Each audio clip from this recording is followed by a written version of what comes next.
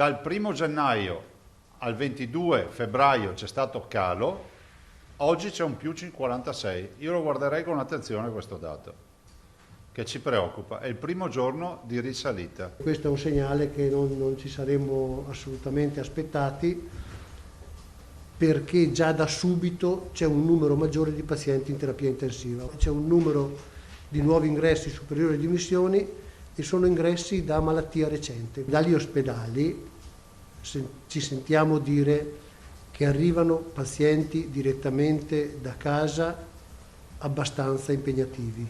Il virus torna a far paura. Dopo quasi 2 mesi di calo, oggi tornano a salire i ricoveri in area non critica in terapia intensiva, pazienti che in alcuni casi giungono in ospedale in condizioni preoccupanti.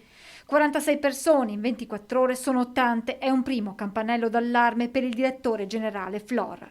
Non vi nascondo che la preoccupazione va su sia gli assembramenti, ma va anche su una maggior confidenza che abbiamo preso nelle attività quotidiane. Domenica non ho visto proprio rigorose misure di contenimento adottate in qualche centro urbano. Io l'ho visti con i miei occhi, giovani senza mascherina assembrati in centro città a Padova.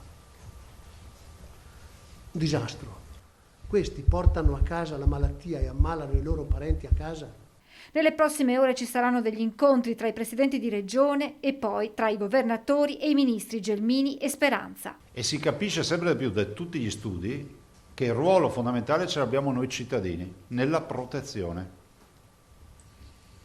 Questo io spero sia quello che entra poi nel DPCM come filosofia, perché capite che se il Covid, l'unica misura che abbiamo per il Covid per fronteggiarlo sia quella di chiudere tutto, non è che ne serve un premio Nobel.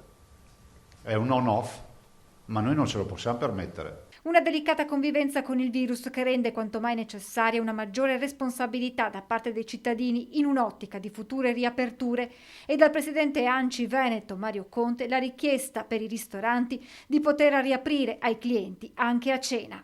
Se si possono aprire a mezzogiorno per la proprietà transitiva, è vero che si possono aprire anche la sera, con la prenotazione, rispettando le linee guida. Non deve passare il principio secondo il quale se apro vuol dire che è finita.